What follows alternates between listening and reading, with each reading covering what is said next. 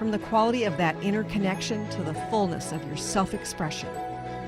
On the Christine Upchurch Show, we explore ways to get into that vibration of change with experts in the fields of consciousness, psychology, spirituality, health, healing, and science. Join me, Christine Upchurch, every Friday at 11 a.m. Pacific Time, 2 p.m. Eastern Time on KKNW AM 1150 and Transformation Talk Radio, and learn new ways to step into your vibration of change. The vibration of change, that magical place where life shifts from struggle to ease, from stagnation to forward movement, from old ways of being to new ways of becoming.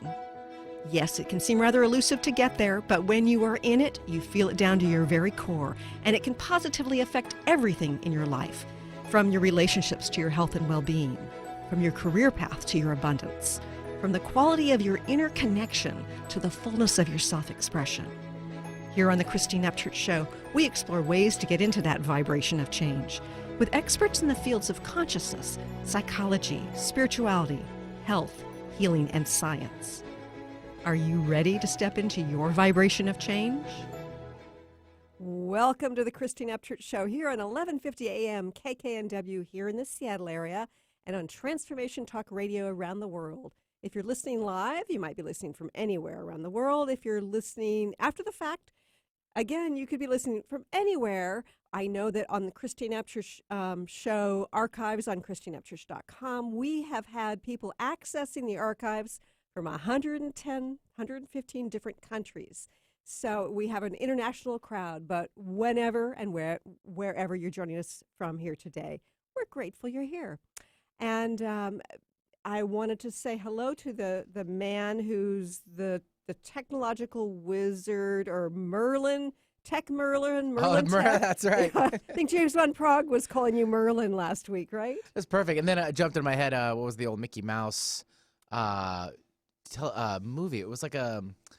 Remember that from back in the day? I remember. The brooms and all that? I remember him wearing that hat, the Merlin hat. What That's was all I that, remember. though? I'm just drawing up. Oh, my gosh, Benny, you should know this. I'm getting on myself for not knowing that, but that's what it reminded me of, is him walking around and being a little bit chaotic, but yet still controlling mostly everything. That's right. That's right. I'm looking It's funny. I wasn't one who was very into cartoons. It's strange because I was confused about all the violence in cartoons.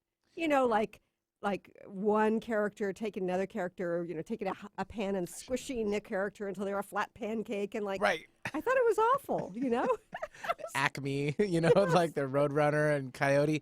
It was Fantasia. I can't believe I don't remember that, right. and he wore the sorcerer's hat. Right, and it was fabulous music in Fantasia. And that's what was crazy. That's what kind of it started out to become, and then, then Disney went a different direction with all the other stuff. But Bambi was still a little bit kind of like edgy. I know. Oh, tragic. If you haven't seen it, no spoilers here. Yes. And it's funny because I was always a very sensitive child. It's like if I saw somebody kill a bug, I thought that was a terrible thing to do. And in fact, today when I was driving into the studio, there was a strange-looking insect on my windshield that I think must have gotten on it in my garage, right? And I'm driving along thinking, by the time I get onto the freeway, this guy's going to be toast. So I actually pulled over. I got a napkin out. And I put it into some grass. Get out of here. Shoo. Get off my window. Go find another home. Yeah, it's like, I really didn't want to watch this little thing die. Do you have any idea what it looked like? I mean, description-wise? Did it look like a little arrow type thing? Because those little potato bug type things are kind of starting to float around a little bit. They look like little beetle-ish. It's sort of beetleish, but like a little bit clearish. I don't know. It was odd looking. Clearish. Well, yeah, it was kind of white, kind of little translucent. It was bizarre. I wouldn't want one crawling on me, mind you. But next week on the Bug Show, right?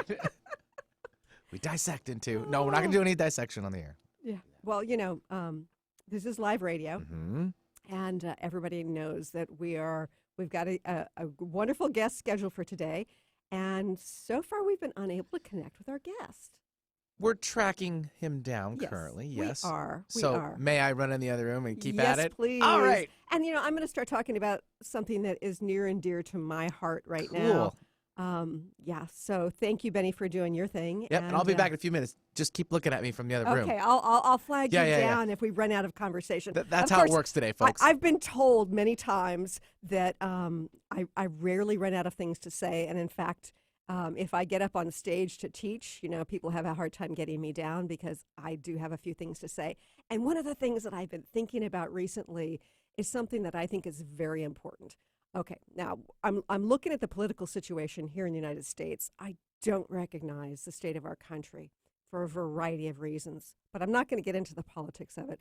What I'm going to do is take a little flashback to the early 1970s. This is when we were involved.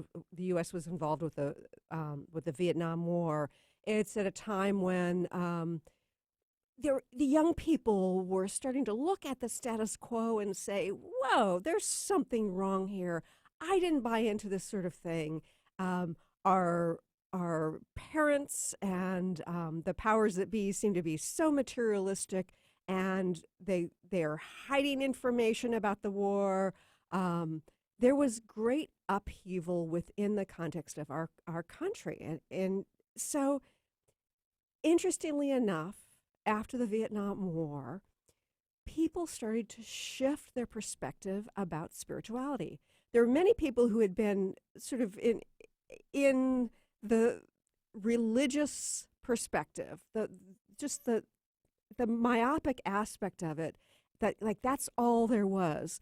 And people started to sort of break the sides of that box open and see that there could be other aspects of spirituality. People started getting intrigued by some of the Eastern philosophy, this concept of reincarnation, this concept of needing to connect to something fuller, but it didn't have to be called God per se. It could be called goddess. It could be called universal intelligence. Anyway, it was the birth of the New Age movement. And over the last 25 years, 35 years, we have shifted dramatically. And now it's very common to talk about things such as reincarnation, to be doing something like yoga or meditating. And this concept of spirituality has actually kind of had this intersection with science. And we've come a long way in our conscious exploration. And I always think of it as psycho-spiritual because I think there's a psychological piece of it as well. But we have developed, and here we are, coming back into present moment, where a lot of us have done tons of inner work. We meditate. We look at the higher purpose, the higher good, and we're looking within and we're looking without, and it doesn't seem to match. People doing our sort of conscious exploration, our conscious intention to create a wonderful world, and we are in great upheaval.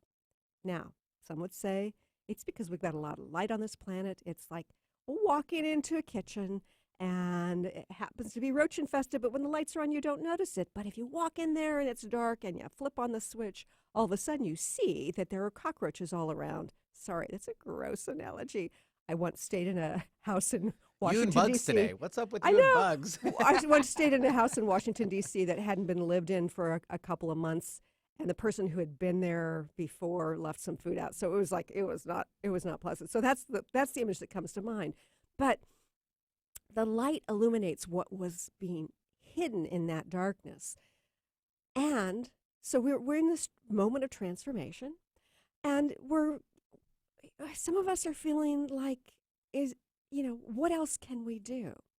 And I really do think that we're at a moment where we're having to rethink this notion of the all sweetness and light spirituality.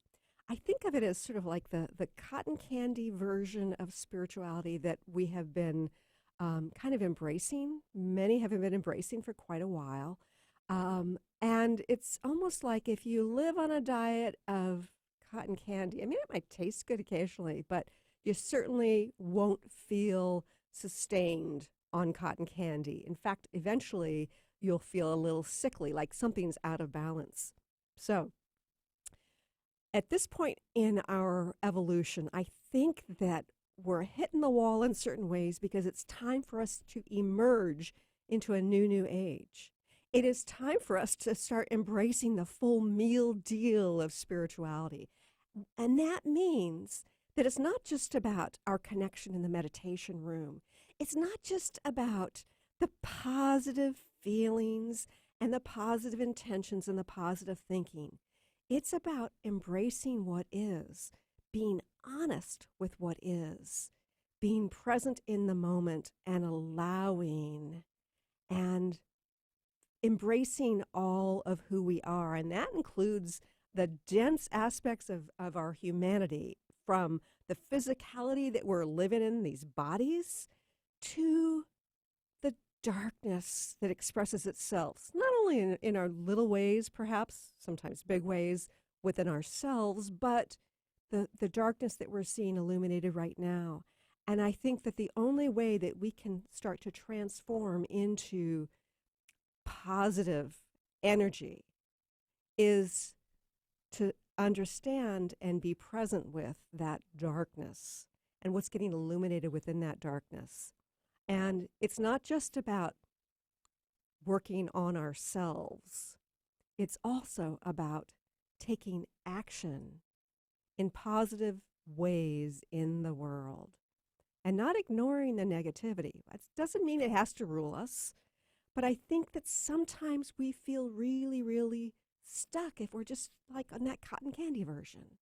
So I'm here to say I think that we're at the precipice, the possibility of a new age, where it's the full meal deal, where it's embracing all that is and making conscious choices as we integrate that higher frequency sweetness and light in to the energy of all that we are and all that we do.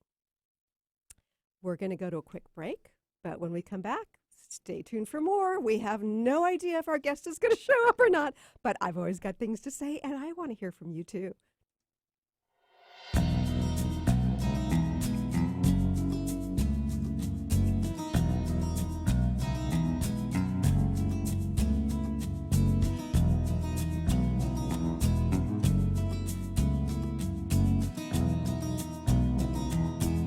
No matter where you are in the dance of life, no matter what you dream or what you leave behind, you laid your footprints here. The vibration of change. That magical place where life shifts from struggle to ease, from stagnation to forward movement, from old ways of being to new ways of becoming.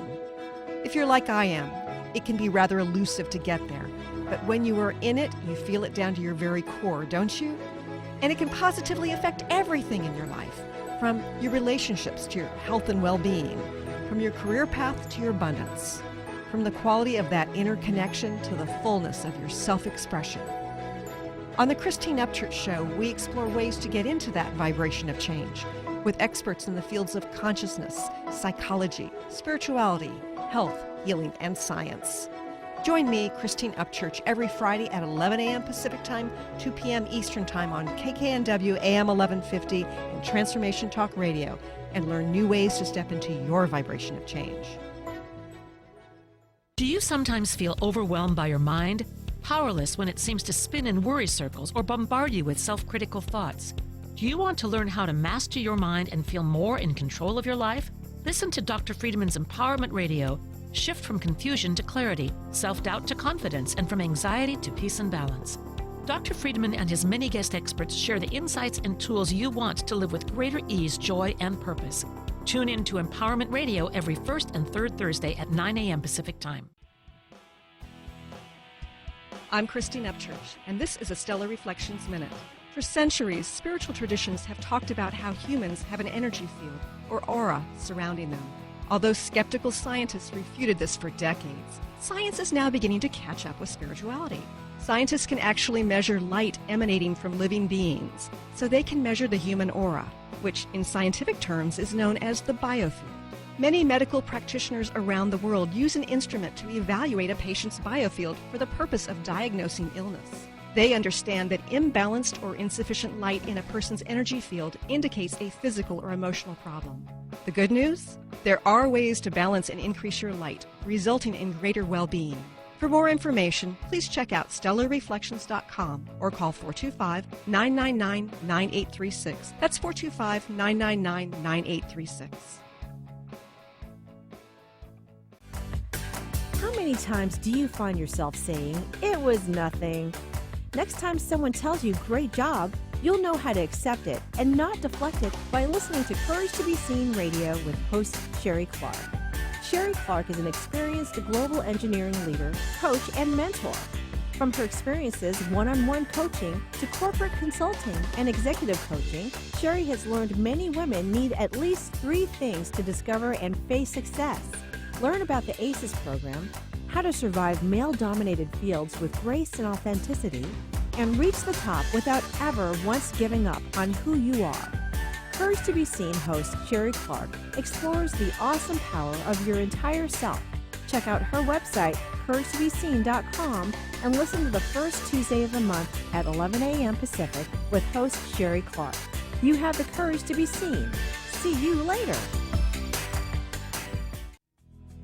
Steals away the things that used to be, the way the leaves come down from autumn trees. You are in these golden parts of me. Welcome back to the Christine Upchurch Show here on KKNW and Transformation Talk Radio. That was the wonderful Michael Tomlinson. He's been on the show before. He is an amazing musician. And he also offers, I think, some meditation retreats as well. Cool dude from the Seattle area. Yeah, And you had a pretty good connection with your little interview with him, I still remember. yeah, no, it was good. Oh, It was yeah, good. you know. It's a great interview. If you guys want to check it out, Yes, go back to the it's archives. on the archives. Yep. And also, if you're interested in purchasing some of his music or checking it out and learning about his concerts, go to michaeltomlinson.com.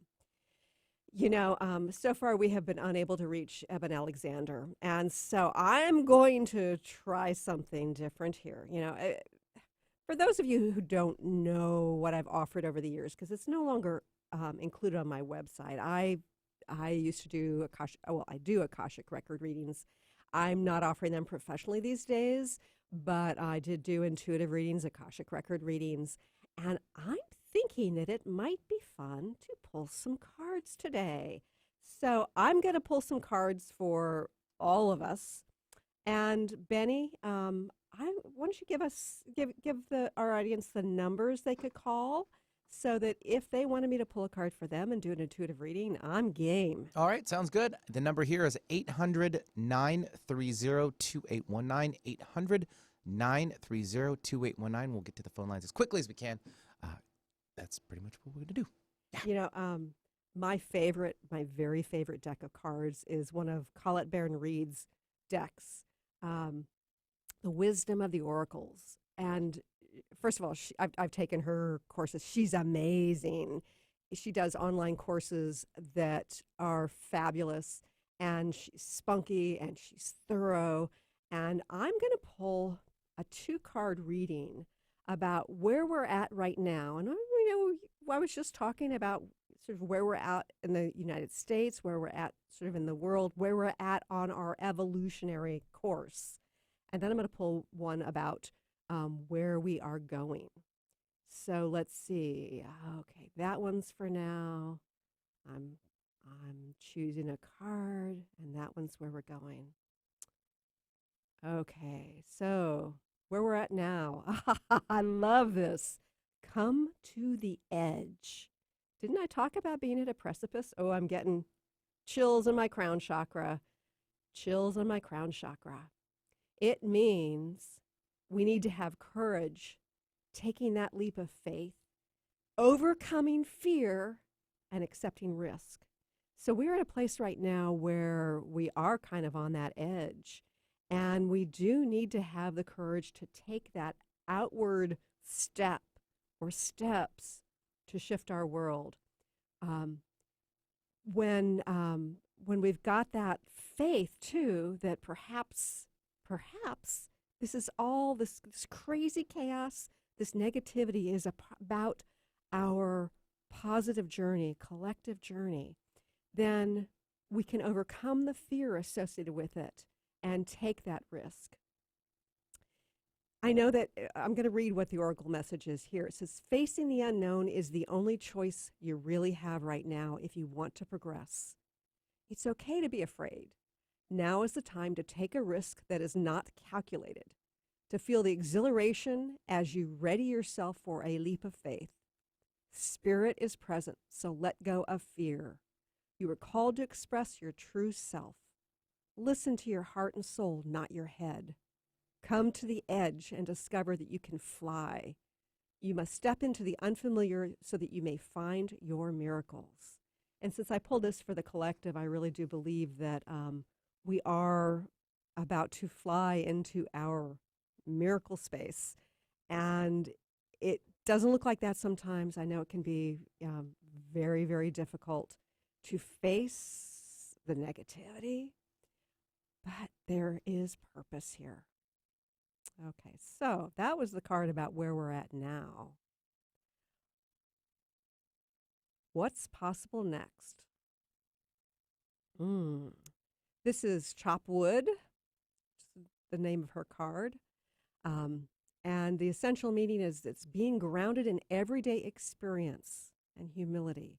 I really do believe that being grounded in everyday experience is about integrating all of who we are into our human form. I think oftentimes what happens is we compartmentalize our spiritual nature. We, in the meditation room, at the spiritual gathering. And really, it's our next stage of evolution is about integrating on a moment-to-moment basis. And part of that is mindfulness. And I know that we've had many people on the show talking about mindfulness. It's about being aware and accepting and allowing and observing where we're at and what's going on. But it's that next step is to be what I call spiritually deliberate, which means tapping into that connection on a moment-to-moment basis and saying, okay, what's next? What do I choose here in this moment, standing in the grocery store line? Do I speak to that person? Do I just hold where I'm at, that positive energy so that it radiates to others? Do I allow myself to be vulnerable when I'm feeling a little bit upset or annoyed and let some little kid or some elderly person in front of us be kind to us and allow that in? So it really is about that moment-to-moment choice. Benny's making some signals over there. Yeah, our other producer, we've tracked him down. We have. So we can finish up with that real fast, and then we'll go to Dr. Alexander. Okay. What we're going to do is we're going to go to an early break. Ooh, we can do that too. Okay, but anyway, I just want to reiterate what this card reading is about. Mm-hmm. It's about having the courage to come to that edge, to break through that fear and step into the unknown and trust that there is going to be beauty and wisdom and a shift in not only our perspective, but our reality. And part of that next step after we walk through that fear and step into the next stage of evolution is to integrate it in our everyday lives. Stay tuned. We're really going to have Dr. Eben Alexander here in just a few moments. What you leave behind, you laid your footprints here along the timeless sea. I'm Christine Upchurch, and this is a Stellar Reflections Minute. Years ago, when facing cancer, without any immediate treatment options, I sought healing by making various life changes. For a while, I followed a very restrictive diet. I often found myself obsessing about which foods were good and which ones were bad. Then one day I realized I was consuming foods based on fear of not getting well. But I didn't want to make choices out of fear anymore. I decided it was far better for my immune system if I allowed myself to experience the joy that came from, say, eating frozen yogurt, than it was for me to ingest the fear that came from avoiding it. Now, instead of choosing healthy habits based on fear, I try to make choices because they feel right and ultimately bring me joy and ease. How many of your healthy habits are really based on fear? Please visit stellarreflections.com or call 425-999-9836. That's 425-999-9836.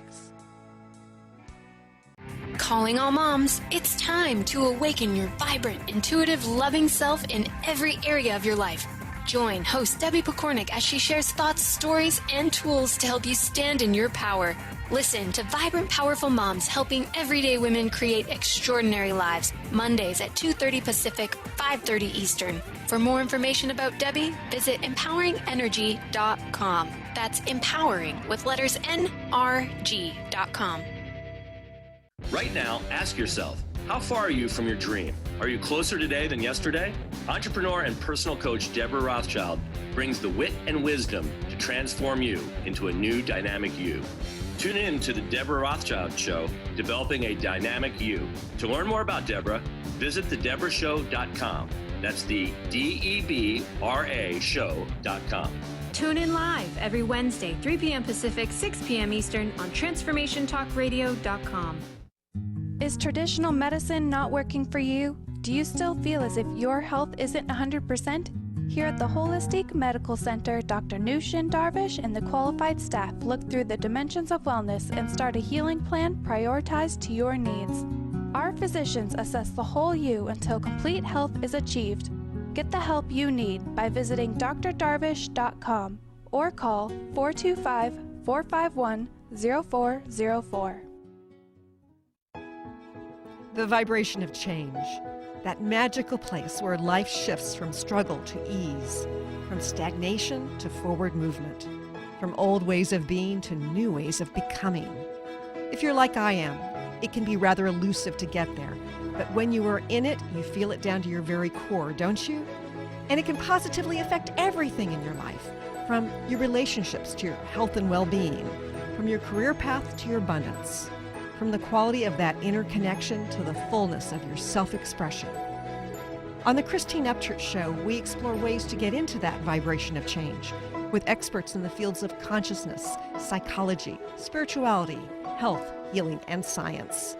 Join me, Christine Upchurch, every Friday at 11 a.m. Pacific Time, 2 p.m. Eastern Time on KKNW AM 1150 and Transformation Talk Radio, and learn new ways to step into your vibration of change.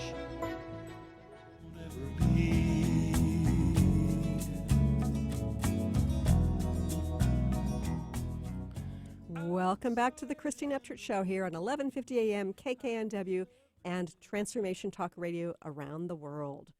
I'm so grateful we have our guest here, Dr. Eben Alexander, and I'm sure you've heard of him, but I'm going to go through a little bit of his bio anyway. You know, he is an author who has been number one in New York Times bestseller list. In fact, he's been on the New York Times bestseller list for years. He is a neurosurgeon, and he spent decades as a physician, as a teacher at Harvard Medical School, as well as other places. And he had an interesting experience where he had a near-death experience, which he's going to talk about. And it gave him this very different perspective on reality, the nature of the soul, and he's begun to explore what this means about consciousness. He had this NDE, the near-death experience, back in 2008, and he's shared his amazing experiences as a pioneering scientist and as a thought leader in consciousness studies. He's been on Oprah, Dr. Oz, and he's got a recent book out. It's called Living in a Mindful Universe, A Neurosurgeon's Journey into the Heart of Consciousness. He wrote it with Karen Newell. And I'd like to welcome our guest today. Late, but we're so grateful you're here, Dr. Eben Alexander. Well, better late than never, and I'm grateful too. You know, I trust in the perfection of the universe, even when we have to scramble a little bit. So, as Benny and I talked about on the break, we're going to skip this next break, and so we're going to fit in as much as possible. You know, I'm always fascinated, Eben, by people who have that very rational part of their brain, but they're very open to what many consider to be spirituality, alternative reality. So can you share with our listeners just a little bit about your experience and how it shifted you? Well, it basically shifted everything. I had spent the first 54 years of my life honing a very conventional scientific worldview, working at Harvard Medical School, teaching neurosurgery, thinking I understood brain-mind consciousness. And then November 2008, I was very suddenly driven into deep coma due to a severe gram-negative bacterial meningitis. That's about the worst kind of meningitis you can have. And it's really a meningitis, gift. Okay, meningitis, for everybody who's listening, it's an inflammation of the brain lining, is that right? Yeah, the lining of the brain, but in my case, it was also a meningoencephalitis, which means that my brain was also badly infected. In fact, I had full thickness damage to my neocortex, according to the scan. So this was a very severe case. And important to point out that there is now a case report on my medical record that came out September of 2018 in the Journal of Nervous and Mental Diseases, and it actually goes a lot further. This was written by 3 doctors who were not involved in my care but were fascinated with the extraordinary recovery that I benefited from. And so all the medical details are right there, and anybody who wants that case report can go to ebenalexander.com, go to my blog postings, and then go to September of 2018, and you'll find a full description of it. Plus, in the 4th paragraph, there's a link to the direct case report itself. So that offers validity about your experience. Well, it not only validates it, but it's even more shocking than the details I presented in Proof of Heaven. And in fact, the doctors who wrote that case report had difficulty getting it published because the peer reviewers didn't believe anybody could really survive that meningitis and recover fully as I did. Right. And that was a big shock. But in fact, in a peer-reviewed medical journal, what these physicians postulated, and this is based on knowledge they had of other miraculous healing in the case of near-death experiences, they postulated that the spiritual content of my journey contributed to this recovery that really has no explanation in Western medicine. Okay, so it was very confirmatory of my story told in Proof of Heaven. So you talk about your spiritual experience. Could you give us just a summary of Yes, what that experience was? I would love to. It all started in a very primitive realm. The earthworm's eye view is what I called it. Now, important to point out, one of the atypical features of my near-death experience is that I was amnesic, that I had no memory of Eben Alexander's life. None of my religious concepts, my scientific knowledge, none of my personal memories, none of it existed in the depths of my coma journey.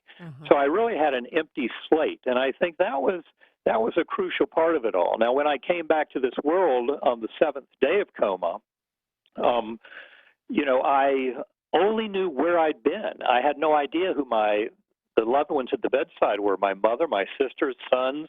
I didn't know who they were. I mean, that's how extraordinary this amnesia was. But my memories came back very rapidly. Literally within 2 months, everything was back. But I want to share with you the parts I did know when I woke up in that ICU bed, and it's the memory of what had happened in those spiritual realms over that week. Beginning in that coarse, primitive earthworm's eye view, which seemed to go forever because I had no memory of time flow, but it didn't. I was rescued by this slowly spinning white light that came with a perfect musical melody attached to it. And that white light served as a portal up into this rich, ultra-real gateway valley that was far more real than anything I had ever experienced in this realm. And in that gateway valley were many Earth-like features. For example, I was a speck of awareness on a butterfly wing, and there was lush life everywhere and lots of flowers, blossoms, buds on trees. And there were thousands of beings down below dancing in this meadow. And I basically, in my writings, when I came back to this world and was trying to record it all I thought it would vanish from memory, although it's the sharpest memory I've ever had, and it's still there, rock solid. But I talked about these, called them souls between lives that were dancing in this meadow, and there were tremendous lessons. Of course, I go through a lot of that in the book Proof of Heaven and in the follow-up book, The Map of Heaven, and then expand on it tremendously in the current book, Living in a Mindful Universe. But from that realm, there was a beautiful girl on the butterfly wing with me, and she turned out to be crucial to my understanding of it many months later, was her identity. And I don't want to spoil that for people who haven't read the book, but her identity was absolutely crucial. And then, in fact, though, that Gateway Valley was just a stepping stone to further and further realms. And I could witness all of space and time collapsing down, and then a whole different ordering of time, which I call deep time, which has more to do with kind of the progression of the evolution of consciousness, the growth of souls and through multiple incarnations, that kind of thing. But all the way out to the core, to the infinite inky blackness that was filled to overflowing with the divine love of that realm, of that God force, the same infinitely loving force that so many from all different beliefs and continents and millennia have witnessed over thousands of years. And I think that's one of the most important things for people to understand is, in fact, these journeys have tremendous similarities and suggest kind of one realm or one set of realms that we all share. But I think the biggest message of all this, and this is something that certainly involves resolving the mysteries of quantum physics and understanding the brain-mind relationship and coming up with all the evidence for non-local consciousness, I think the big lesson here for all of us is the brain does not create consciousness. It's the biggest myth, the biggest smoke and mirrors trick of materialist science is this notion that the brain is creating consciousness, as opposed to realizing it's just a filter. So, what informs you about your experience, both your medical experience and your experience on the other side, so to speak, that tells you that consciousness is not created in the brain? Well, I would say it's everything. I mean, my case is a perfect example. If you read the case report, you'll see how they go through it there, that the damage to my neocortex from that severe bacterial meningoencephalitis was far too severe to allow for anything but the most rudimentary forms of primitive consciousness. And yet the exact opposite is what I experienced, an extraordinary expansion of my conscious awareness and relationship with the universe.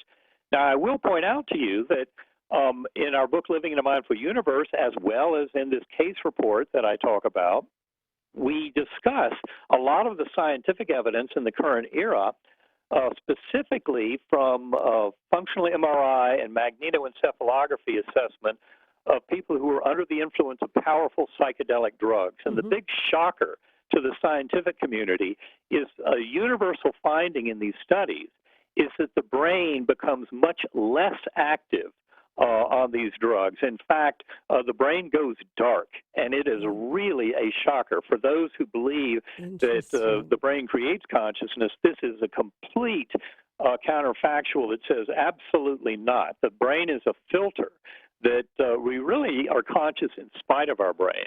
So it could be that the brain and our thinking process could be getting in the way of having a conscious experience.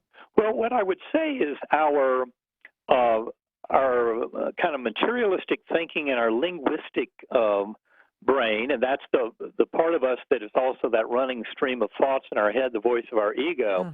The problem is thinking that is consciousness, because it's not. The deep mystery of consciousness, whether you're talking about the mystery of the measurement paradox in quantum physics, which very specifically elucidates the primary role of consciousness in the universe, or whether you're talking about what's called the hard problem of consciousness, which is the impossibility of explaining the workings of the physical, or using the physical workings of the brain to explain all of mental processes. And it becomes especially difficult when you realize all the evidence for non-local consciousness. That is, for things like telepathy and remote viewing and out-of-body experiences, and even go so far as to see the correlations of near-death and shared-death experiences. Shared death are the very same quality, but they happen in people who are perfectly healthy.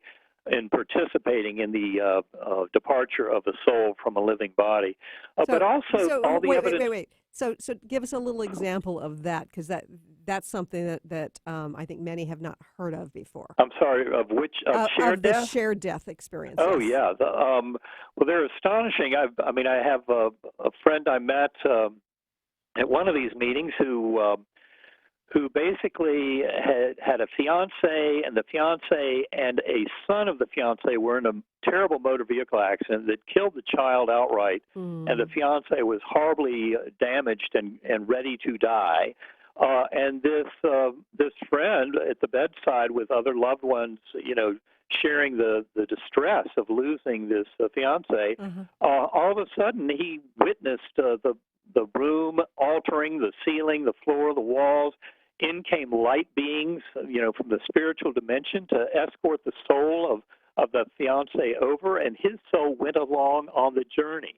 Wow. Even to the point of seeing the soul of the son who had passed over, reuniting with the mother, and then the other souls in the soul group, and witnessing the life review of that departing soul, going through the most important issues of their life that still had residual soul lessons.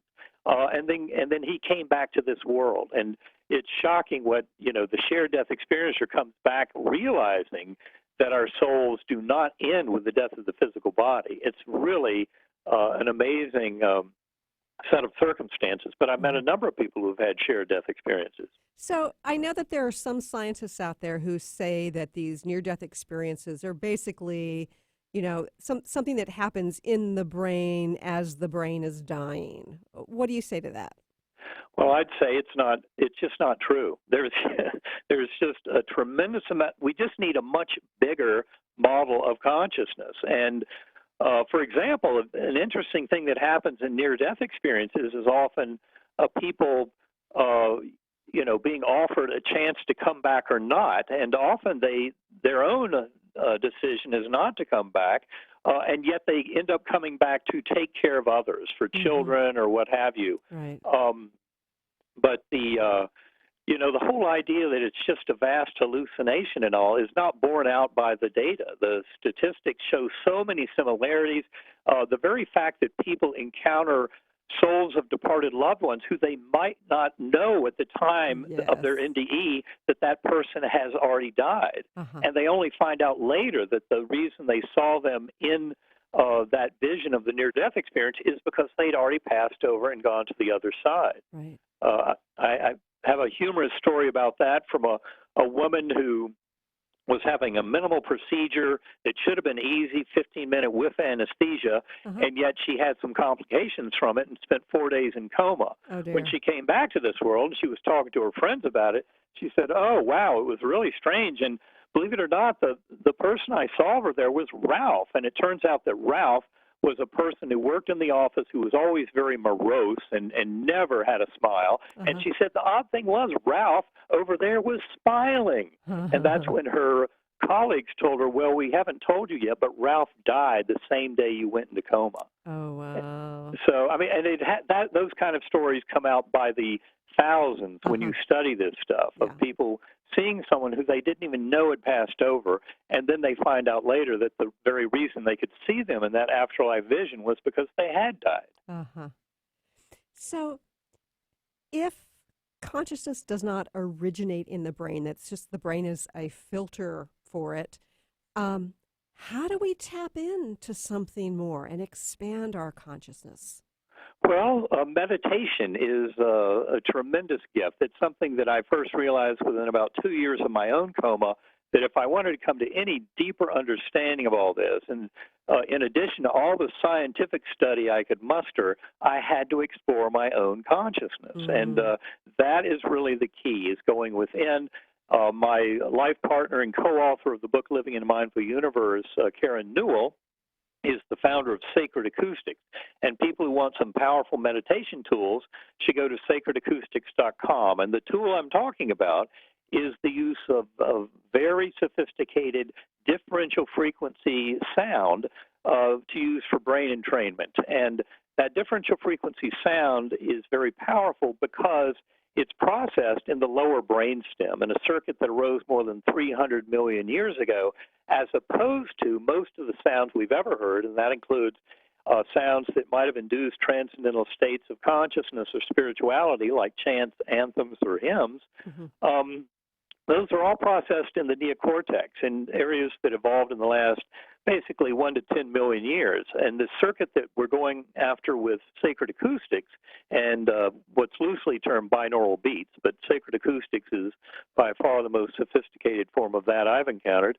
They influence the lower brainstem. And I think by activating a circuit that really evolved more than 300 million years ago, in my mind, that's how we're getting such a powerful effect at addressing consciousness and setting consciousness free.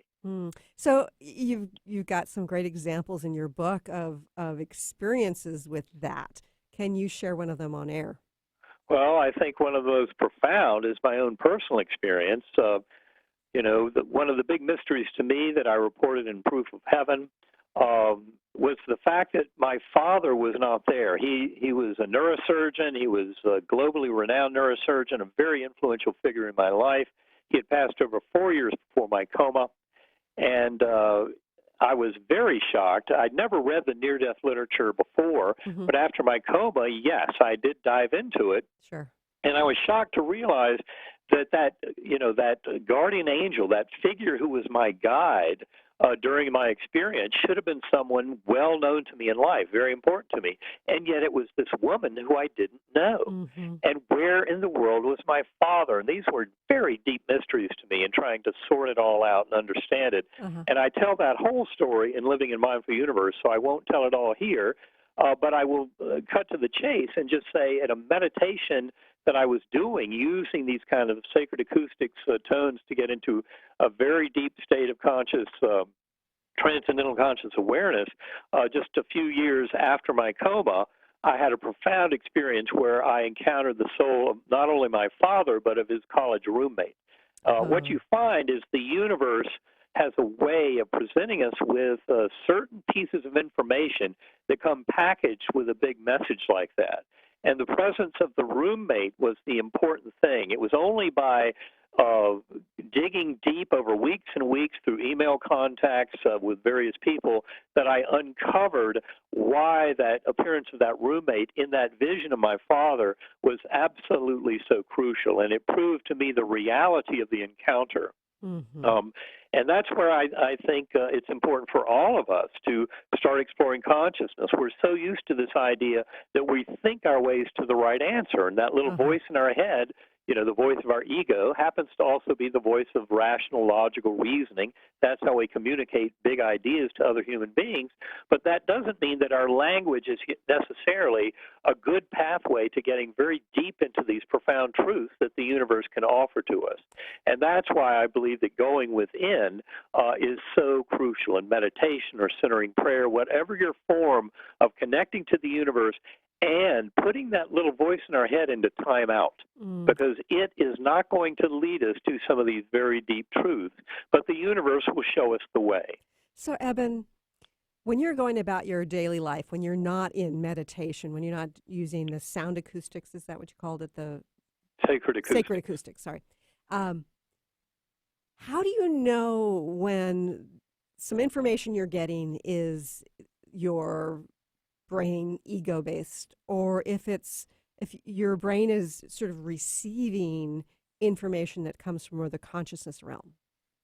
Well, I think it really is the whole process of discernment, of learning to kind of understand what are the pieces of information that we can believe. A lot of it has to do with the sense of reality, of kind of heightened reality, but even more important is kind of the content. And this is why it's so important to keep a journal and kind of keep track of all the things that you witness in these kind of meditations, is because the universe will give us the right pieces of data to kind of connect it all, but it doesn't come in the nice little linear packaged form that we're used to in a story narrative or something like that. So it does involve opening our minds more and paying more attention to some of the subtle aspects of information. I would say that I would steer people to Karen's website, to sacredacoustics.com, where she has some free videos that teach people a lot of the clues for how to do this through meditation. And she there also mentions very specifically the art of discernment, and how to better kind of determine how to take these messages from the universe and order them in a way that we can begin to glean the big information that they're trying to give us. So, from my perspective, and I was talking about this in the first segment, I think that our next stage of evolution is to basically integrate our consciousness and acting upon that consciousness on a moment-to-moment basis. Do you think that that's possible? I think that's very much the case. Now, you were asking me moments ago about kind of in my daily waking life as opposed to being in deep meditation. Sure. And I find that I am still in the process of kind of growing my intuition and my sense of kind of the validity of information. And it's all through kind of a heartfelt process of coming to know myself, really, and my relationship with the universe. And in doing that, especially when I do it with a prolonged practice of meditation, and I try and use sacred acoustics for meditation an hour to a day. I've been doing that for more than 9 years now. Wow. But in many ways, they're kind of like training wheels, and it gets to a point where I believe that one's overall kind of connection to the universe and your sense of kind of heart resonance, your sense of kind of truth and validity of various interactions with people in this world, you start to mature your sense of intuition and kind of sense of knowing. But it only can come when we have let go of trusting that little voice of the ego, that running stream of thoughts in the head, because that is not always leading us in the right direction. And I would say that this opening up more to trust and relationship with the universe is a way of gaining a much richer understanding of our relationship and our understanding of all the features in our lives. And that includes things like illness and injury, the hardships, because in many ways those are there to guide us along a pathway of growth. And that has been a tremendous gift of my meditative experiences and putting this all together. And we talk about a lot of that in the book, Living in a Mindful Universe. So, do you believe that on both a personal level and a collective level that we have support? Oh, I think we have tremendous support. I mean, one of the biggest gifts that my journey gave me was a tremendous trust that the universe will take care of me, that, if I come at this with love in my heart and I can share love and kindness and compassion with my fellow beings, that the universe will give that back to me in an ever kind of increasing fashion. But it really is one where we see ourselves as having an important role in the universe and also seeing us all as connected. From my point of view, a modern definition of spirituality, and I would urge, in the book Living in a Mindful Universe, we argue that the modern science is proving to us that we're spiritual beings in a spiritual universe. When I use that word spiritual in that context, what it really means is that we're all connected, because one of the deepest aspects of modern consciousness studies is that we're really all sharing one mind. And a book that I would urge people to read if they're interested in that concept is by a friend of ours, Dr. Larry Dossey. Yeah. And that Love book him. is called One Mind, and I highly recommend it. He's an identical twin, and scientists who study identical twins realize that telepathy is very common in twins. Sure. Probably 20% of identical twins have had powerful telepathic experiences. Not that telepathy can't happen in all the rest of us, too, but Sure. It's a very strong feature of twins, and that's why he studied this notion of the one mind. And in that book, he paints a very beautiful picture of how the one mind, which is not just shared among humans, but among animals and really this universe, is, I think that's a tremendous lesson for us to realize. In fact, I would go so far as to say what near-death experiencers for thousands of years have come into touch with in that beautiful, loving oneness is that one mind, that God force. Now, Dr. Dossi does not go so far as to connect that one mind with the creative God of this universe, but in a lot of our discussions, I will go that far because, having been there in a near-death experience, to me, it just makes perfect sense. We've hit the end. I'm sorry we've run out of time. I just want to share with our listeners to learn more, to get links to the book. Go to ebenalexander.com, EbenAlexander.com. That's EbenAlexander.com. Eben, I'm so grateful. You were worth the wait. I'm grateful you joined us here today. Well, and the last thing I'd like to say is also on the EbenAlexander.com website, there's a banner wiggling in your face when you get there, your 33-day journey into the heart of consciousness. I would urge everybody to do that. Click on that. It's a free email course, 33 days. You'll get all the big concepts from the book and from a lot of our talks and a growing community of more than 8,000 people around the world who have taken the course. So, thanks so much, and thank you for joining us here today. I look forward to talking to you again soon. Thanks so much for tuning in today. If you'd like to empower yourself to step further into your vibration of change, please visit my website at christineupchurch.com, where you can learn more about my insights, upcoming events, and private sessions.